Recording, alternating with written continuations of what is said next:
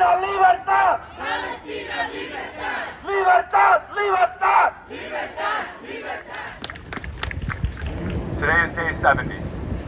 The people of Gaza have been under bombardment for over 2 months. We're here today to call for the same thing that we've been calling for the past 2 months. The same thing that folks around the world have been calling for the past few decades.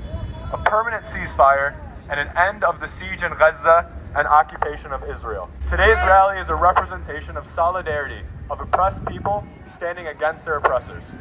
Whether it's the struggle for freedom and equal rights of black people, brown people, indigenous people, LGBTQ plus people, Palestinians, all of our fights are intertwined. We're standing in front of one of the most reputable medical centers in the world, Columbia Irvine Medical Center, and the New York Presbyterian Hospital System. This institution and this hospital has done us a disservice, not only to its Arab and Muslim students and to Palestinians all across the world, but to its local community as well. Whether it's by perpetuating segregated healthcare in its clinics, covering up the crimes of an abuser disguised as an OBGYN instead of notifying his patients, or Columbia's history of gentrification in the Heights and in Harlem. I have beared witness to the violent repression of the NYPD against my neighbors. The very same NYPD who has an office in Israel. The very same NYPD who trains in repression tactics with Israeli security forces. Communities in Harlem and the Bronx are constantly experiencing disinvestment. Disinvestment from their communities, from health, from housing, from decent living. And no amount of medicine or surgeries will fix that. Yet our money and our politicians, from Richie Torres to Eric Adams to Biden, will support sending our money to Israel to fund their healthcare system and their access to care while people here do not have healthcare.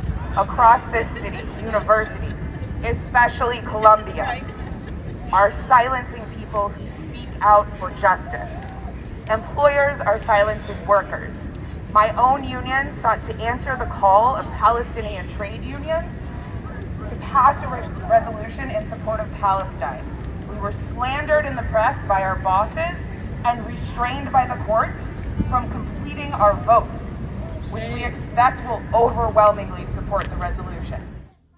There isn't an issue isolated from us when the U.S. is sending bombs with our tax dollars. We cannot stay silent when the U.S. was the only country to veto a UN Security Council resolution for immediate humanitarian ceasefire.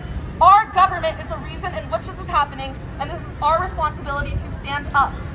We need the moral courage to denounce atrocities as they are happening, not just to acknowledge them once they have passed.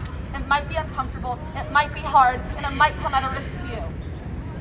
But these temporary discomforts are nothing compared to what people in Gaza are facing on the ground every single day. People are Our dying. people are dying. Our children are They are dying. being bombed. He has refused to stand against the genocide. Estamos aquí para demostrarle al representante Espaillat que tiene que apoyar a un alto al fuego. Sus manos en este momento están con sangre. Tiene que apoyar un alto al fuego. Y desde aquí le demandamos que lo haga ya. El pueblo está sangrando. Espaillat, escucha al pueblo. Demandamos un cese al fuego ya. Asesino Espaillat. Asesino Espaillat. Asesino Espaillat. Asesino Espaillat.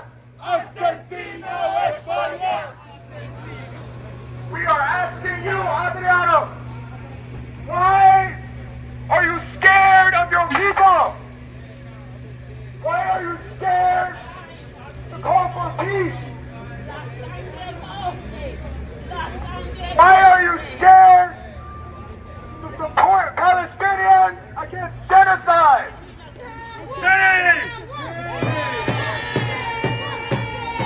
You should be ashamed of yourself.